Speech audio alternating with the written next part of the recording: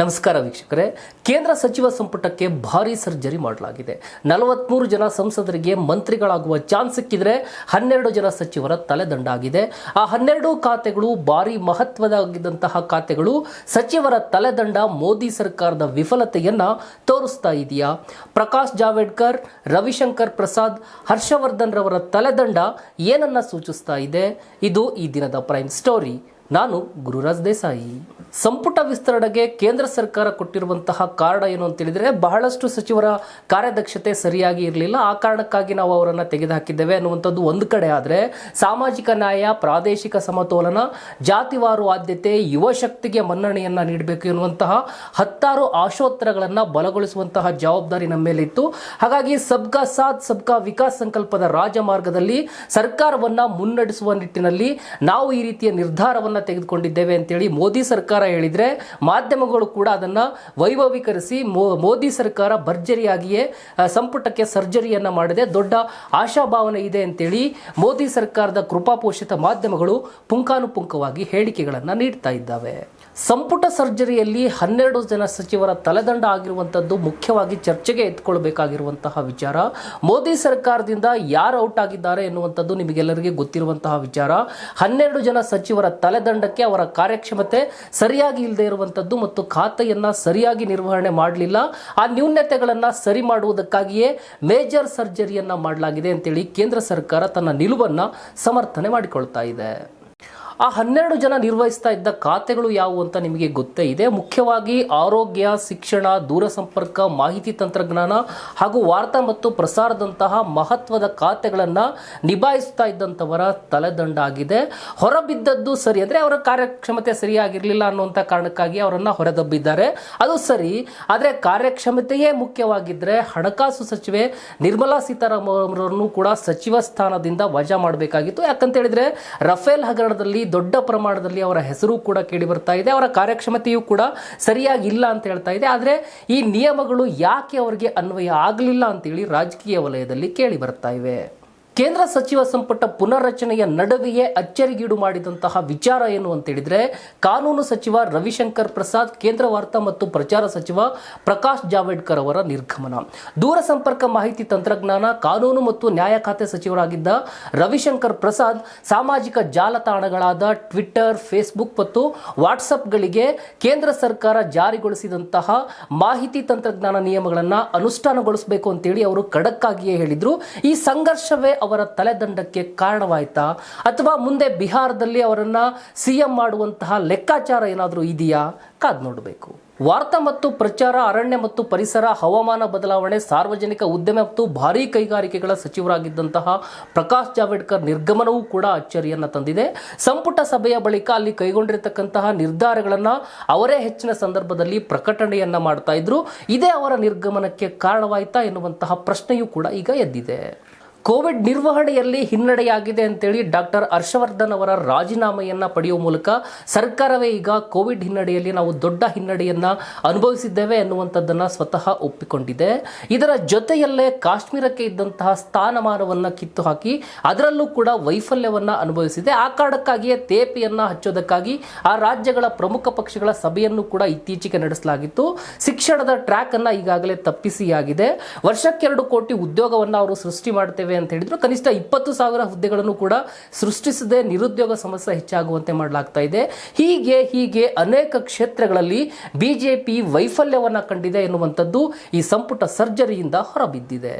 ಇಲ್ಲಿ ಮುಖ್ಯವಾಗಿ ಎದ್ದು ಬರುವಂತಹ ಪ್ರಶ್ನೆ ಏನು ಅಂತ ಹೇಳಿದ್ರೆ, ಸಚಿವರು ಸರಿಯಾಗಿ ಕಾರ್ಯವನ್ನು ನಿರ್ವಹಿಸಿಲ್ಲ, ಆ ಕಾರಣಕ್ಕಾಗಿ ಅವರನ್ನು ನಾವು ತೆಗೆದುಹಾಕ್ತಾ ಇದ್ದೇವೆ ಅಂತೇಳಿ ಮೋದಿ ಸರ್ಕಾರ ಸಮರ್ಥನೆಯನ್ನು ಮಾಡಿಕೊಳ್ತಾ ಇದೆ.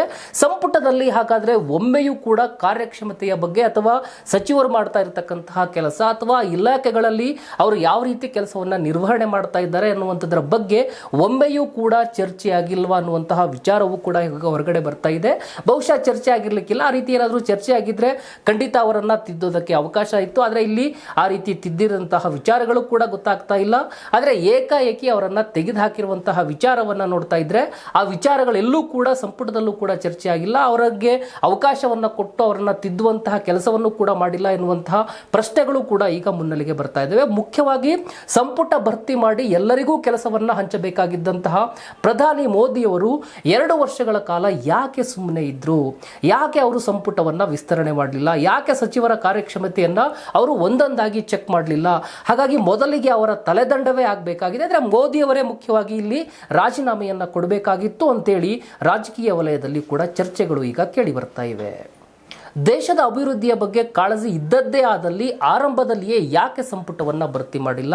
5-10 ಸಚಿವ ಸ್ಥಾನಗಳು ಖಾಲಿ ಇದ್ದಿದ್ರೆ ತಲೆ ಕೆಡಿಸ್ಕೊಳ್ಬೇಕಾಗಿರ್ತಕ್ಕಂತಹ ಅಗತ್ಯ ಇರಲಿಲ್ಲ. ಬರೋಬ್ಬರಿ ಅರ್ಧದಷ್ಟು ಸಚಿವ ಸ್ಥಾನಗಳು ಖಾಲಿ ಇದ್ವು. ಅದು ಕೋವಿಡ್ ಸಂದರ್ಭದಲ್ಲಿ ಆ ರೀತಿಯ ಸಚಿವ ಸ್ಥಾನಗಳು ಖಾಲಿ ಇರುವಂಥದ್ದು. ಒಬ್ಬೊಬ್ಬರು ಸಚಿವರು 5-6 ಖಾತೆಗಳನ್ನು ನಿರ್ವಹಣೆಯನ್ನ ಮಾಡಿದ್ದ ಕಾರಣದಿಂದಾಗಿಯೇ ಯಾವ ಇಲಾಖೆಯಲ್ಲೂ ಕೂಡ ಪ್ರಮುಖವಾಗಿ ಆ 12 ಇಲಾಖೆಗಳಲ್ಲಿ ಸರಿಯಾದಂತಹ ಕಾರ್ಯನಿರ್ವಹಣೆಯನ್ನ ಮಾಡಲಿಲ್ಲ ಎನ್ನುವಂಥದ್ದು ಮುಖ್ಯವಾಗಿರುವಂತಹ ವಿಚಾರ. 2 ವರ್ಷಗಳಿಂದ ಕಾಣದೇ ಇದ್ದಂತಹ ದೋಷವನ್ನ ಮೋದಿಯವರು ಈಗ ಪತ್ತೆ ಹಚ್ಚಿ ಅವರನ್ನ ಸಚಿವ ಸ್ಥಾನದಿಂದ ಈಗ ಹೊರದಬ್ಬಿದ್ದಾರೆ. ಇದರಲ್ಲಿ ವೈಫಲ್ಯ ಕಾಣೋದಕ್ಕೆ ಇವರುಗಳಷ್ಟೇ ಕಾರಣವಾ? ಪ್ರಧಾನಮಂತ್ರಿಯವರ ಜವಾಬ್ದಾರಿ ಏನಾಗಿತ್ತು ಎನ್ನುವಂತಹ ಪ್ರಶ್ನೆಯೂ ಕೂಡ ಈಗ ಮುನ್ನೆಲೆಗೆ ಬರ್ತಾ ಇದೆ. ಯಾಕೆ ಅಂತ ಹೇಳಿದ್ರೆ ಒಂದೇ ಕ್ಲಿಕ್ಕಿನಲ್ಲಿ ಎಲ್ಲಾ ಸಚಿವರ ಕಾರ್ಯವಿಧಾನಗಳನ್ನ ಮೋದಿಯವರು ಪರಿಶೀಲನೆ ಮಾಡ್ತಾರೆ ಅಂತೇಳಿ ದೊಡ್ಡ ಪ್ರಮಾಣದಲ್ಲಿ ಪ್ರಚಾರವನ್ನ ಮಾಡ್ತಾ ಇದ್ರು. ಹಾಗಾಗಿ ಈಗ ಆ ಪ್ರಚಾರ ಹಸಿ ಸುಳ್ಳು ಎನ್ನುವಂಥದ್ದು ಗೊತ್ತಾಗ್ತಾ ಇದೆ ಅಂತೇಳಿ ಸಾಮಾಜಿಕ ಜಾಲತಾಣದಲ್ಲಿ ಪ್ರಶ್ನೆಗಳು ಹರಿದಾಡ್ತಾ ಇದ್ದಾವೆ. ಸೋತು ಸುಣ್ಣವಾಗಿರುವ ಸರ್ಕಾರ ಈಗ ಮೇಜರ್ ಸರ್ಜರಿಯ ಹೆಸರಲ್ಲಿ ದೇಶವನ್ನ ಬಲಪಡಿಸುವಂತಹ ಯೋಜನೆಯನ್ನ ಮುಂದಿಟ್ಟಿದೆ. ಕಳೆದ 7 ವರ್ಷದ ಕಾರ್ಯವಿಧಾನಗಳನ್ನ ಗಮನಿಸಿದ್ರೆ ಇದನ್ನ ಯಾವ ರೀತಿ ನಂಬಬೇಕು ಅಂತೇಳಿ ಜನ ಪ್ರಶ್ನೆಯನ್ನ ಮಾಡ್ತಾ ಇದ್ದಾರೆ. ವೈಫಲ್ಯಗಳನ್ನ ಮರೆಮಾಚಿಕೊಳ್ಳೋದಕ್ಕಾಗಿ ಪ್ರಾದೇಶಿಕ ಸಮಾನತೆ, ಸಾಮಾಜಿಕ ನ್ಯಾಯ ಎನ್ನುವಂತಹ ಅಂಶಗಳನ್ನ ತೇಲಿ ಬಿಡಲಾಗಿದೆಯೇ ಹೊರತು ಸಂಪುಟ ಸರ್ಜರಿಯ ವಾಸ್ತವ ಗುರಿ ಏನು ಅಂತ ಹೇಳಿದ್ರೆ ತನ್ನ ಅಜೆಂಡಾಗಳನ್ನ ಜಾರಿ ಮಾಡುವುದೇ ಬಿಜೆಪಿಯ ಬಹುಮುಖ್ಯ ಕಾರ್ಯ ಆಗಿದೆ ಅಂತೇಳಿ ರಾಜಕೀಯ ವಲಯದಲ್ಲಿ ಚರ್ಚೆ ಆಗ್ತಾ ಇದೆ. ಏನು ಆ ಅಜೆಂಡಾಗಳು ಎನ್ನುವಂಥದ್ದನ್ನು ನಾವೀಗ ಒಂದೊಂದಾಗಿ ನೋಡ್ತಾ ಹೋಗೋಣ. ಮುಂಬರುವ ಚುನಾವಣೆಗಳಲ್ಲಿ ಬಿಜೆಪಿ ಗೆಲುವನ್ನ ಸಾಧಿಸಬೇಕು. ಹಾಗಾಗಿ ಆ ಕಾರಣಕ್ಕಾಗಿಯೇ ಚುನಾವಣೆಗಳನ್ನು ಕೇಂದ್ರೀಕರಿಸಿ ಸಂಪುಟಕ್ಕೆ ಆದ್ಯತೆಯನ್ನ ನೀಡಲಾಗಿದೆ. ಆ ಕಾರಣಕ್ಕಾಗಿಯೇ ಉತ್ತರ ಪ್ರದೇಶಕ್ಕೆ ಹೆಚ್ಚಿನ ಸ್ಥಾನವನ್ನು ನೀಡಲಾಗಿದೆ. ಈಗ ಸೇರ್ಪಡೆಗೊಂಡಿರುವಂತಹ ಸಚಿವರನ್ನು ಸೇರಿ ಒಟ್ಟು 14 ಸ್ಥಾನಗಳನ್ನು ಉತ್ತರ ಪ್ರದೇಶಕ್ಕೆ ನೀಡಲಾಗಿದೆ. ಇನ್ನೇನು ಕೆಲವೇ ತಿಂಗಳಲ್ಲಿ ಉತ್ತರ ಪ್ರದೇಶದಲ್ಲಿ ಚುನಾವಣೆ ನಡೆಯಲಿದೆ. ದೆಹಲಿಯನ್ನ ಗೆಲ್ಲಬೇಕು ಅಂತ ಹೇಳಿದ್ರೆ ಉತ್ತರ ಪ್ರದೇಶವನ್ನ ಮೊದಲು ಗೆಲ್ಲಬೇಕು ಎನ್ನುವಂಥದ್ದು ರಾಜಕೀಯ ಲೆಕ್ಕಾಚಾರ. ಯಾಕೆ ಅಂತ ಹೇಳಿದ್ರೆ ಆಡಳಿತ ಪಕ್ಷಕ್ಕೆ ಉತ್ತರ ಪ್ರದೇಶ ಎನ್ನುವಂಥದ್ದು ಚಿನ್ನವಿದ್ದಂತೆ ಅತಿ ಹೆಚ್ಚು ಲೋಕಸಭಾ ಹಾಗೂ ವಿಧಾನಸಭಾ ಸೀಟುಗಳಿರುವಂತಹ ರಾಜ್ಯವಾಗಿದ್ದರಿಂದ ಅಲ್ಲಿ ಗೆಲ್ಲಲೇಬೇಕು ಎನ್ನುವಂತಹ ತಂತ್ರ ಅಡಗಿರುವಂಥದ್ದು ಗುಟ್ಟಿನ ವಿಚಾರವಂತೂ ಅಲ್ಲವೇ ಅಲ್ಲ. ಅದೇ ರೀತಿ ಗುಜರಾತ್ಗೆ 14 ಸ್ಥಾನಗಳನ್ನು ನೀಡಲಾಗಿದೆ. ಮುಂದಿನ ವರ್ಷ ಗುಜರಾತ್ನಲ್ಲಿ ಚುನಾವಣೆ ನಡೆಯಲಿದೆ. ತ್ರಿಪುರಾದಲ್ಲೂ ಕೂಡ ಚುನಾವಣೆ ನಡೀತಾ ಇದೆ. ಆ ಕಾರಣಕ್ಕಾಗಿ ಅಲ್ಲಿ ಒಂದು ಸಚಿವ ಸ್ಥಾನವನ್ನು ನೀಡಿದ್ದು ಬಿಟ್ಟರೆ ಆ ಪ್ರದೇಶಗಳನ್ನು ಅಭಿವೃದ್ಧಿಪಡಿಸುವಂತಹ ಕಾಳಜಿ ಇಲ್ಲ ಎನ್ನುವಂಥದ್ದು ಸ್ಪಷ್ಟವಾಗಿ ಗೊತ್ತಾಗ್ತಾ ಇದೆ ಎನ್ನುವಂಥದ್ದು ರಾಜಕೀಯ ತಜ್ಞರ ಲೆಕ್ಕಾಚಾರ ಆಗಿದೆ. ಇನ್ನು ಮಿತ್ರ ಪಕ್ಷಗಳ ವಿಚಾರಕ್ಕೆ ಬಂದರೆ ಅನೇಕ ಕಡೆಗಳಲ್ಲಿ ಮಿತ್ರ ಪಕ್ಷಗಳು ಬಿಜೆಪಿಯ ಸಖ್ಯವನ್ನ ತೊರೆಯುತ್ತಾ ಇದ್ದಾವೆ. ಅದನ್ನು ಸರಿ ಮಾಡಿಸೋದಕ್ಕಾಗಿ ರಾಜಿ ಸೂತ್ರವನ್ನ ಅಳವಡಿಸಿಕೊಳ್ಳಲಾಗಿದೆ ಅಂತೇಳಿ ಆ ಕಾರಣಕ್ಕಾಗಿ ಅವರಿಗೆ ಎಲ್ಲಿ ಯಾರೆಲ್ಲ ಸಖ್ಯವನ್ನ ತೊರೀತಾ ಇದ್ದಾರೋ ಅಂತ ಪ್ರದೇಶಗಳಲ್ಲಿ ಮಿತ್ರ ಪಕ್ಷಗಳಿಗೆ ಸಚಿವ ಸ್ಥಾನದ ಆಫರ್ ಅನ್ನ ನೀಡಿದೆ ಅನ್ನುವಂಥದ್ದು. ಮತ್ತೆ ಇಲ್ಲಿ ಪ್ರಮುಖವಾಗಿ ನಾವು ಇಲ್ಲಿ ವಿಚಾರ ಮಾಡಬೇಕಾಗಿರುವಂತಹ ಇನ್ನೊಂದು ಅಂಶ ಏನು ಅಂತ ಹೇಳಿದ್ರೆ ಪಶ್ಚಿಮ ಬಂಗಾಳದಲ್ಲಿ ಸೋಲುಂಡ ನಂತರ ಹಸನೋಲ್ ಸಂಸದ ಬಾಬು ಸುಪ್ರಿಯೋ ಅವರನ್ನ ಸಚಿವ ಸ್ಥಾನದಿಂದ ತೆಗೆದು ಹಾಕಲಾಗಿದೆ. ಚುನಾವಣೆವರೆಗೂ ಅಲ್ಲಿ ದೊಡ್ಡ ಪ್ರಮಾಣದಲ್ಲಿ ಬಿಜೆಪಿ ಅಬ್ಬರಿಸ್ತಾ ಇತ್ತು. ಇನ್ನೇನು ಗೆದ್ದು ಬಿಡ್ತೀವಿ ಅನ್ನುವಂಥ ಮಟ್ಟಕ್ಕೆ ಅವರು ಪ್ರಚಾರವನ್ನು ಕೂಡ ಮಾಡಿದ್ರು. ಆದರೆ ಅಲ್ಲಿಯ ಜನ ಅವರಿಗೆ ಮತವನ್ನ ಕೊಡದಿದ್ರಿಂದಾಗಿ ಈಗ ಸಂಸದರಾಗಿದ್ದಂತಹ ಬಾಬು ಸುಪ್ರಿಯೋ ಏನಿದ್ದಾರೆ ಅವರನ್ನ ಸಚಿವರನ್ನಾಗಿ ಮಾಡಿ ಸಾಕಷ್ಟು ಮತವನ್ನ ಪಡೆಯೋದಕ್ಕೂ ಅಲ್ಲಿ ಪ್ರಯತ್ನವನ್ನು ನಡೆಸಿದ್ರು. ಅದು ಅಂದ್ರೆ ಬಿಜೆಪಿಯ ವರ್ಕೌಟ್ ಇಲ್ಲಿ ಸರಿಯಾಗಿ ಆಗದೇ ಇದ್ದ ಕಾರಣದಿಂದಾಗಿ ಅವರನ್ನ ಸಚಿವ ಸ್ಥಾನದಿಂದ ತೆಗೆದುಹಾಕಿದ್ದಾರೆ. ಇದೊಂದು ರೀತಿ ಬಳಸಿಕೊಂಡು ಬಿಸಾಡುವಂತಹ ನೀತಿ ಅಂತೇಳಿ ರಾಜಕೀಯ ವಲಯದಲ್ಲಿ ದೊಡ್ಡ ಪ್ರಮಾಣದಲ್ಲಿ ಈಗ ಚರ್ಚೆ ಆಗ್ತಾ ಇದೆ. ಇನ್ನು ಸಾಮಾಜಿಕ ನ್ಯಾಯ, ಪ್ರದೇಶವಾರು ಸಮಾನತೆ ಎನ್ನುವಂಥದ್ದು ಬಿಜೆಪಿಗೆ ರುಚಿಸದಂತಹ ಪದಗಳು. ಪಕ್ಷವನ್ನ ಬಲಪಡಿಸುವಂತಹ ನಿಟ್ಟಿನಲ್ಲಿ ಈ ತಂತ್ರವನ್ನ ಬಳಸಲಾಗಿದೆಯೇ ಹೊರತು ಆ ಸಮುದಾಯಗಳನ್ನ ಕಾಳಜಿಯಿಂದ ನೋಡಿಕೊಳ್ಳುವಂಥದ್ದು ಸಾಧ್ಯ ಇಲ್ಲ ಅನ್ನುವಂಥದ್ದು ಅನೇಕ ಘಟನೆಗಳಿಂದ ಸಾಬೀತಾಗ್ತಾ ಇದೆ. ಉತ್ತರ ಪ್ರದೇಶದಲ್ಲಿ ದಲಿತ ಸಮುದಾಯದ ಸಂಖ್ಯೆ ಹೆಚ್ಚಾಗಿದೆ. ಕರ್ನಾಟಕದಲ್ಲೂ ಕೂಡ ದಲಿತ ಮುಖ್ಯಮಂತ್ರಿ ಚರ್ಚೆ ಮುನ್ನೆಲೆಗೆ ಬರ್ತಾ ಇದೆ. ಕಾಂಗ್ರೆಸ್ ದಲಿತರ ಮತಗಳನ್ನ ಪಡೆದರೂ ಕೂಡ ಅವರಿಗೆ ಅವಕಾಶವನ್ನ ನೀಡ್ತಾ ಇಲ್ಲ. ನಾವು ಆದ್ಯತೆಯನ್ನ ಕೊಟ್ಟಿದ್ದೇವೆ, ಇದ್ದೇವೆ, ಬಿಜೆಪಿ ದಲಿತರ ಪರ ಇರುವಂತಹ ಪಕ್ಷ ಎನ್ನುವಂಥದ್ದನ್ನ ತೋರಿಸುವುದಕ್ಕಾಗಿಯೇ ಈ ಚರ್ಚೆಯನ್ನ ಈಗ ತೇಲಿಬಿಟ್ಟಿದೆ ಅಂತೇಳಿ ರಾಜಕೀಯ ವಲಯದಲ್ಲಿ ದೊಡ್ಡ ಪ್ರಮಾಣದಲ್ಲಿ ಚರ್ಚೆ ಆಗ್ತಾ ಇದೆ. ಇನ್ನು ಮುಖ್ಯವಾಗಿರುವಂತಹ ಒಂದು ಅಪಾಯಕಾರಿ ಅಂಶ ಏನು ಅಂತ ಹೇಳಿದ್ರೆ, ಸಂಪುಟ ಸರ್ಜರಿ ನಡೆದು ಸಹಕಾರಿ ಸಚಿವ ಎನ್ನುವ ಹೊಸ ಇಲಾಖೆಯನ್ನ ಆರಂಭಿಸಲಾಗಿದೆ. ಇದರ ಹೊಣೆಯನ್ನ ಗೃಹ ಸಚಿವ ಅಮಿತ್ ಶಾ ಅವರಿಗೆ ನೀಡಲಾಗಿದೆ. ಸಹಕಾರಿ ಸಚಿವ ಎಂಬ ಖಾತೆಯನ್ನ ಸೃಷ್ಟಿ ಮಾಡಿದ್ದಕ್ಕೆ ಸಾರ್ವಜನಿಕ ವಲಯದಲ್ಲಿ ವಿರೋಧ ವ್ಯಕ್ತ ಆಗ್ತಾ ಇದೆ. ಯಾಕೆ ಅಂತ ಹೇಳಿದ್ರೆ, ಸಂವಿಧಾನದ ಪ್ರಕಾರ ಸಹಕಾರಿ ಕ್ಷೇತ್ರ ರಾಜ್ಯ ಸರ್ಕಾರದ ವ್ಯಾಪ್ತಿಯದ್ದು. ಇದರಲ್ಲಿ ಮೂಗು ತಿರುಸಲು ಕೇಂದ್ರ ಸರ್ಕಾರಕ್ಕೆ ಯಾವುದೇ ಹಕ್ಕು ಹಾಗೂ ಅಧಿಕಾರ ಇಲ್ಲ. ಸಂವಿಧಾನದ 7ನೇ ಪರಿಚ್ಛೇದ ಪ್ರಕಾರ ಇದರ ಬಗ್ಗೆ ವಿಸ್ತೃತವಾಗಿರ್ತಕ್ಕಂತಹ ದೊಡ್ಡ ಪ್ರಮಾಣದಲ್ಲಿ ವರದಿಯನ್ನು ಕೂಡ ನೀಡಲಾಗಿದೆ. ಅಂದ್ರೆ ಸಹಕಾರಿ ಕ್ಷೇತ್ರಕ್ಕೆ ರಾಜ್ಯದ ಒಂದು ಮುಖ್ಯವಾಗಿರ್ತಕ್ಕಂಥ ಕಾಳಜಿ ಬಿಟ್ಟರೆ ಕೇಂದ್ರ ಸರ್ಕಾರ ಇದರಲ್ಲಿ ಮೂಗು ತುರಿಸಬಾರದು, ಯಾವುದೇ ಕಾರಣಕ್ಕೂ ಕೇಂದ್ರ ಸರ್ಕಾರ ಮಧ್ಯಪ್ರವೇಶವನ್ನ ಮಾಡಬಾರದು ಅಂತ ಹೇಳಿದೆ. ಇದು ಕೇಂದ್ರ ಸರ್ಕಾರಕ್ಕೆ ಗೊತ್ತಿದ್ದು ಕೂಡ ಸಹಕಾರಿ ಇಲಾಖೆಯನ್ನ ಆರಂಭಿಸಿದ್ದಾರೆ ಅಂತ ಅನ್ನೋದಾದ್ರೆ, ಕೇಂದ್ರ ಸರ್ಕಾರದ ಬಳಿ 2 ಉದ್ದೇಶಗಳಿದ್ದಾವೆ. ಆ 2 ಉದ್ದೇಶಗಳು ಏನು ಎನ್ನುವಂಥದ್ದನ್ನ ನಾವೀಗ ನೋಡೋಣ. ಮೊದಲನೆಯ ಉದ್ದೇಶ ಏನು ಅಂತ ಹೇಳಿದ್ರೆ, ರಾಜ್ಯ ಸರ್ಕಾರಗಳ ಅಧಿಕಾರವನ್ನ ಮೊಟಕುಗೊಳಿಸಿ ಎಲ್ಲವನ್ನೂ ಕೇಂದ್ರದ ಕಪಿಮುಷ್ಟಿಯಲ್ಲಿ ತರುವುದು ಹಾಗೂ ಕೇಂದ್ರೀಕೃತ ವ್ಯವಸ್ಥೆಯನ್ನ ಹೇರುವಂತದ್ದು. ಎರಡನೆಯದ್ದು ಏನು ಅಂತ ಹೇಳಿದ್ರೆ, ಅದು ಭಯಂಕರ ಇದೆ. ಈಗಾಗಲೇ ರಾಷ್ಟ್ರೀಕೃತ ಬ್ಯಾಂಕ್ಗಳನ್ನ ಹಾಗೂ ಸಾರ್ವಜನಿಕ ವಲಯದ ಉದ್ದಿಮೆಗಳನ್ನ ತಿಂದು ತೇಗಿದಂತೆ ಸಹಕಾರಿ ಬ್ಯಾಂಕ್ಗಳನ್ನು ಕೂಡ ಮುಗಿಸುವಂತದ್ದು ಹಾಗೂ ಅಲ್ಲಿನ ಹಣಕ್ಕೆ ಕಣ್ಣು ಹಾಕುವಂತದ್ದು ಇದರ ಕೆಲಸ ಆಗಿದೆ ಅಂತೇಳಿ ಸಾರ್ವಜನಿಕ ವಲಯದಲ್ಲಿ ಈಗ ಚರ್ಚೆ ಆಗ್ತಾ ಇದೆ. ಈಗಾಗಲೇ GST ಮುಖಾಂತರ ರಾಜ್ಯದ ತೆರಿಗೆಯ ಹಕ್ಕನ್ನೇ ಕಸಿದುಕೊಂಡಿದ್ದಾರೆ. ಕೃಷಿ ಕಾಯ್ದೆಗಳ ಮೂಲಕ ರಾಜ್ಯಗಳ ವಿಷಯವಾಗಿರತಕ್ಕಂತಹ ಕೃಷಿಯಲ್ಲೂ ಕೂಡ ಕೈ ಹಾಕಿದೆ. ಶಿಕ್ಷಣ ಕ್ಷೇತ್ರಕ್ಕೂ ಕೂಡ ಕೈ ಹಾಕಲಾಗಿದೆ. ಇನ್ನು ರಾಜ್ಯಗಳ ಬಳಿ ಉಳಿದಿರುವಂತಹ ಕೆಲ ಸಂಪನ್ಮೂಲಗಳು, ಹಕ್ಕುಗಳನ್ನು ಕಸಿದು ರಾಜ್ಯಗಳ ಸಂಪೂರ್ಣವಾಗಿ ಕೇಂದ್ರ ಸರ್ಕಾರದ ಮೇಲೆ ಅವಲಂಬನೆಯಾಗುವಂತೆ ಮಾಡುವಂಥದ್ದು ಮತ್ತು ಹಂತ ಹಂತವಾಗಿ ಒಕ್ಕೂಟ ವ್ಯವಸ್ಥೆಯನ್ನೇ ನಿರ್ಮೂಲನೆಗೊಳಿಸುವಂಥದ್ದು ಬಿಜೆಪಿಯ ಉದ್ದೇಶ ಆಗಿದೆ ಅಂತೇಳಿ ಸಾರ್ವಜನಿಕ ವಲಯದಲ್ಲಿ ಈಗ ಕೇಳಿ ಬರ್ತಾ ಇದೆ. ಇನ್ನು ಕರ್ನಾಟಕದ ವಿಚಾರಕ್ಕೆ ಬರೋದಾದರೆ, ಕೇಂದ್ರ ಸಂಪುಟ ಪುನರ್ರಚನೆ ವೇಳೆ ರಾಜ್ಯದಲ್ಲಿ ಇದೇ ಮೊದಲ ಬಾರಿಗೆ ಮಧ್ಯ ಕರ್ನಾಟಕ, ಮುಂಬೈ ಕರ್ನಾಟಕ, ಕಲ್ಯಾಣ ಕರ್ನಾಟಕ, ಕರಾವಳಿ ಕರ್ನಾಟಕಕ್ಕೂ ಪ್ರಾಶಸ್ತ್ಯ ಸಿಕ್ಕಿದೆ. ಪ್ರಹ್ಲಾದ್ ಜೋಶಿ ಹಾಗೂ ರಾಜ್ಯದಿಂದ ರಾಜ್ಯಸಭೆಗೆ ಆಯ್ಕೆಯಾಗಿದ್ದ ನಿರ್ಮಲಾ ಸೀತಾರಾಮನ್ ಸೇರಿ ಇದೀಗ ರಾಜ್ಯದ 6 ಜನ ಸಂಸದರಿಗೆ ಮೋದಿ ಟೀಮ್ನಲ್ಲಿ ಸ್ಥಾನ ಸಿಕ್ಕಿದೆ. ನಿನ್ನೆ ನಾರಾಯಣಸ್ವಾಮಿ, ಶೋಭಾ ಕರಂದ್ಲಾಜೆ, ರಾಜೀವ್ ಚಂದ್ರಶೇಖರ್, ಭಗವಂತ್ ಖೂಬಾ ಅವರು ಸಚಿವರಾಗಿ ಪ್ರಮಾಣ ವಚನವನ್ನು ಸ್ವೀಕರಿಸಿದ್ದಾರೆ. ಸದಾನಂದ ಗೌಡ ಅವರು ಸಚಿವ ರಾಜೀನಾಮೆಯನ್ನ ನೀಡಿದ್ದಾರೆ. ಅಂದ್ರೆ ಹೈಕಮಾಂಡ್ ಅವರಿಗೆ ರಾಜೀನಾಮೆ ಸಲ್ಲಿಸುವಂತೆ ಸೂಚನೆಯನ್ನ ನೀಡಿತ್ತು. ಹಾಗಾಗಿ ಅವರು ರಾಜೀನಾಮೆಯನ್ನ ಸಲ್ಲಿಸಿದ್ದಾರೆ ಅಂತೇಳಿ ಬಿಜೆಪಿ ವಲಯದಿಂದ ಕೇಳಿ ಬಂದಿದೆ. ಸಚಿವರಾಗಿ ಸದಾನಂದ ಗೌಡ ಅವರು ಸರಿಯಾಗಿ ಕಾರ್ಯವನ್ನ ನಿರ್ವಹಣೆ ಮಾಡಿರಲಿಲ್ಲ. ಅವರ ಖಾತೆಯನ್ನ ದೊಡ್ಡ ಪ್ರಮಾಣದಲ್ಲಿ ಅವರು ಜವಾಬ್ದಾರಿಯನ್ನ ನಿರ್ವಹಿಸಲಿಲ್ಲ. ಆ ಕಾರಣಕ್ಕಾಗಿ ಅವರ ತಲೆದಂಡ ಆಗಿದೆ ಎನ್ನುವಂಥದ್ದು ವಿಚಾರ ಆಗಿದೆ. ಬರೀ ಇದು ಅಷ್ಟೇ ಅಲ್ಲ, ಅವರ ತಲೆದಂಡಕ್ಕೆ ನಿಜವಾದಂತಹ ಕಾರಣ ಏನು ಅಂತ ಹೇಳಿದ್ರೆ, ಅಶ್ಲೀಲ ಸಿಡಿ ಹಾಗೂ ಕರ್ನಾಟಕದ ನಾಯಕತ್ವ ಬದಲಾವಣೆಯ ಹಿಂದೆ ಸದಾನಂದ ಗೌಡರು ಇದ್ರು. ಆ ಕಾರಣಕ್ಕಾಗಿ ಅವರ ತಲೆದಂಡ ಆಗಿದೆ ಅಂತೇಳಿ ಬಿಜೆಪಿಯೊಳಗಡೆ ಗುಸುಗುಸು ಕೇಳಿ ಬರ್ತಾ ಇದೆ.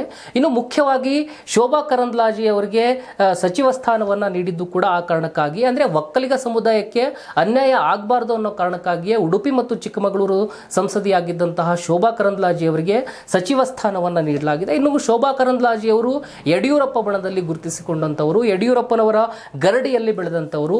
ಈಗ ಯಡಿಯೂರಪ್ಪ ಬಣದ ಶೋಭಾರವರಿಗೆ ಸಚಿವ ಸ್ಥಾನ ಸಿಕ್ಕಿದ್ದರಿಂದ ಸಿಎಂ ಆಗಿ ಯಡಿಯೂರಪ್ಪನವರು ಮುಂದುವರಿತಾರಾ ಎನ್ನುವಂತಹ ಪ್ರಶ್ನೆಗಳು ಕೂಡ ಕೇಳಿ ಬರ್ತಾ ಇದ್ದಾವೆ. ಇದಕ್ಕೆ ತೆರೆಮೆರೆ ಕಸರತ್ತು ಎನ್ನುವಂತೆ ಮುರುಗೇಶ್ ನಿರಾಣಿಯವರು ಕೂಡ ಈಗ ದೆಹಲಿಗೆ ಹಾರಿ ಬಂದಿದ್ದು ಬಹಳಷ್ಟು ಕುತೂಹಲವನ್ನು ಮೂಡಿಸ್ತಾ ಇದೆ. ರಾಜ್ಯದಲ್ಲಿ ನಾಯಕತ್ವ ಬದಲಾವಣೆಯ ವಿಚಾರ ಚರ್ಚೆಯಾಗ್ತಾ ಇದ್ದಂತೆ ದಲಿತ ಮುಖ್ಯಮಂತ್ರಿಯ ವಿಚಾರವೂ ಕೂಡ ಚರ್ಚೆಗೆ ಬಂದಿದೆ. ಆ ಕಾರಣಕ್ಕಾಗಿಯೇ ಬಿಜೆಪಿ ದಲಿತರ ಪರ ಇದೆ ಎನ್ನುವಂಥದ್ದನ್ನು ತೋರಿಸಿಕೊಳ್ಳೋದಕ್ಕಾಗಿಯೇ ಚಿತ್ರದುರ್ಗದ ಸಂಸದ ನಾರಾಯಣಸ್ವಾಮಿ ಅವರಿಗೆ ಸಚಿವ ಸ್ಥಾನವನ್ನು ನೀಡಲಾಗಿದೆ. ಇನ್ನು ರಾಜ್ಯಸಭಾ ಸದಸ್ಯರಾಗಿರುವ ರಾಜೀವ್ ಚಂದ್ರಶೇಖರ್ ಅವರಿಗೆ ಸಂಘ ಪರಿವಾರದ ನಂಟಿರುವಂತಹ ವ್ಯಕ್ತಿ, RSSನ ವಿಚಾರಗಳನ್ನು ಪ್ರಖರವಾಗಿ ಜಾರಿ ಮಾಡಬಲ್ಲಂತಹ ವ್ಯಕ್ತಿ. ಹಾಗಾಗಿ ಇವರಿಗೆ ಆ ಸ್ಥಾನವನ್ನು ನೀಡಲಾಗಿದೆ ಅನ್ನುವಂಥದ್ದು ಮತ್ತು ಚುನಾವಣೆಗೆ ಬೇಕೆಂದಾಗ ದುಡ್ಡು ಕೊಡಬಲ್ಲಂತಹ ಉದ್ಯಮಿಯಾಗಿದ್ದರಿಂದಾಗಿಯೇ ಇವರಿಗೆ ಸಚಿವ ಸ್ಥಾನ ನೀಡಲಾಗಿದೆ ಅಂತೇಳಿ ಬಿಜೆಪಿಯೊಳಗಡೆ ಕೇಳಿ ಬರ್ತಾ ಇದೆ. ಇನ್ನು ಬೀದರ್ ಸಂಸದ ಭಗವಂತ್ ಖೂಬಾ ಅವರಿಗೂ ಸಚಿವ ಸ್ಥಾನವನ್ನ ನೀಡಲಾಗಿದೆ. ಕಲ್ಯಾಣ ಕರ್ನಾಟಕ ಭಾಗದ 7 ಜಿಲ್ಲೆಗಳಲ್ಲಿ ಬಿಜೆಪಿಯ 6 ಜನ ಸಂಸದರಿದ್ದಾರೆ. ವಿಧಾನಸಭೆ ಹಾಗೂ ಸ್ಥಳೀಯ ಮಟ್ಟದಲ್ಲಿ ಬಿಜೆಪಿಗೆ ಅಷ್ಟೊಂದು ಅಲ್ಲಿ ಬಲ ಇಲ್ಲ.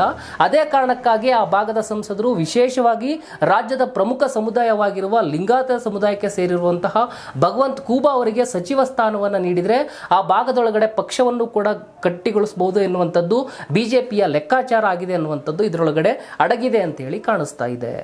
ಇವೆಲ್ಲದಕ್ಕಿಂತ ಮುಖ್ಯವಾಗಿ ಹೊಸ ಸಚಿವರಿಂದ ಏನನ್ನೂ ನಿರೀಕ್ಷೆ ಮಾಡೋದಕ್ಕೆ ಸಾಧ್ಯ ಇಲ್ಲ. ಯಾಕೆ ಅಂತ ಹೇಳಿದ್ರೆ ಅವರ ಅನುಭವ, ತಿಳುವಳಿಕೆಯ ಮಟ್ಟ ಇವೆಲ್ಲವನ್ನೂ ಕೂಡ ಗಮನ ಹರಿಸಿದ್ರೆ ಇವರು ಕೂಡ ವೈಫಲ್ಯವನ್ನ ಅನುಭವಿಸಿದವರಾಗಿದ್ದಾರೆ. ಇವರ ಆಯ್ಕೆ ಯಾಕೆ ಆಗಿದ್ದು ಅಂತ ಹೇಳಿದ್ರೆ ಒನ್ ಮ್ಯಾನ್ ಶೋ ಹಾಗೂ 2 ಮ್ಯಾನ್ ಕ್ಯಾಬಿನೆಟ್ಗೆ ಜೈ ಅನ್ಬೇಕಾಗಿತ್ತು. ಹಾಗಾಗಿ ಜೈ ಅನ್ನುವವರಿಗೆ ಸಚಿವರಾಗೋದಕ್ಕೆ ಸೈ ಆಗಿದ್ದಾರೆ ಅಂತೇಳಿ ಬಿಜೆಪಿ ವಲಯದಲ್ಲಿಯೇ ಈಗ ಆಕ್ರೋಶ ವ್ಯಕ್ತ ಆಗ್ತಾ ಇದೆ. ಒಟ್ಟಾರೆ ಸಂಪುಟ ಸರ್ಜೆಯಲ್ಲಿ 20% ಖಾತೆಗಳು ಉತ್ತರ ಪ್ರದೇಶಕ್ಕೆ, 20% ಖಾತೆಗಳು ಗುಜರಾತ್ಗೆ, ಒಟ್ಟು 40% ಖಾತೆಗಳು 2 ರಾಜ್ಯಗಳಿಗೆ ಸಿಕ್ಕಿದ್ದನ್ನು ನೋಡಿದರೆ 2 ರಾಜ್ಯ ಇಬ್ಬರ ಕೈಯಲ್ಲಿ ಸಚಿವ ಸಂಪುಟ ಇದೆ ಎನ್ನುವಂಥದ್ದು ಸ್ಪಷ್ಟವಾಗಿ ಗೊತ್ತಾಗ್ತಾ ಇದೆ. ಮೋದಿ ಮತ್ತು ಶಾ ಹೇಳಿದಂತೆ ಈ ಸಂಪುಟದಲ್ಲಿರುವಂತಹ ಸಚಿವರುಗಳು ಕುಣಿಯುತ್ತಿದ್ದಾರೆಯೇ ಹೊರತು ಆ ರಾಜ್ಯಗಳಿಂದ ಆಯ್ಕೆಯಾಗಿದ್ದಕ್ಕೆ ಮತ್ತು ಆ ರಾಜ್ಯಗಳಿಗೆ ಕೊಡಿಸಬೇಕಾದಂತಹ ನ್ಯಾಯವನ್ನು ಇವರು ಕೊಡಿಸ್ತಾರಾ ಎನ್ನುವಂತಹ ಪ್ರಶ್ನೆಗೆ ಈಗ ಸದ್ಯಕ್ಕೆ ಉತ್ತರ ಇಲ್ಲ ಎನ್ನುವಂಥದ್ದೇ ಬರಬಹುದು ಅಂತೇಳಿ ಅನಿಸುತ್ತೆ. ವ್ಯಕ್ತಿ ಕೇಂದ್ರೀಕೃತ ಆಡಳಿತ ದೇಶಕ್ಕೆ ಮಾರಕ ಆಗಬಹುದು. ಮತ್ತೆ ನಾಳೆ ಭೇಟಿಯಾಗೋಣ. ವಸ್ತುನಿಷ್ಠ ವಿಶ್ಲೇಷಣೆಗಾಗಿ ಜನಶಕ್ತಿ ಮೀಡಿಯಾ ನೋಡ್ತಾ ಇರಿ. ವಿಡಿಯೋವನ್ನು ವೀಕ್ಷಿಸಿದ್ದಕ್ಕಾಗಿ ಧನ್ಯವಾದಗಳು. ಈ ವಿಡಿಯೋವನ್ನು ಇತರರಿಗೂ ಶೇರ್ ಮಾಡಿ, ನಮ್ಮ ಚಾನಲ್ಗೆ ಸಬ್ಸ್ಕ್ರೈಬ್ ಆಗಿ, ಹಾಗೆ ನಿರಂತರ ಸುದ್ದಿಗಳಿಗಾಗಿ ಬೆಲ್ ಐಕಾನ್ ಅನ್ನು ಒತ್ತಿ.